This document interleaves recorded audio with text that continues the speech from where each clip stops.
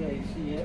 इसकी साइड वाली ग्रिपिंग को अगर अपन ऊपर करेंगे हल्का सा, तो आपको यहाँ पे फिल्टर्स नज़र आएंगे जो कि कितने चौक हो रहे हैं। अब एयर फ्लो कहाँ से मिलेगा इसमें, इस कंडीशन में एयर फ्लो नहीं मिल पाएगा आपको।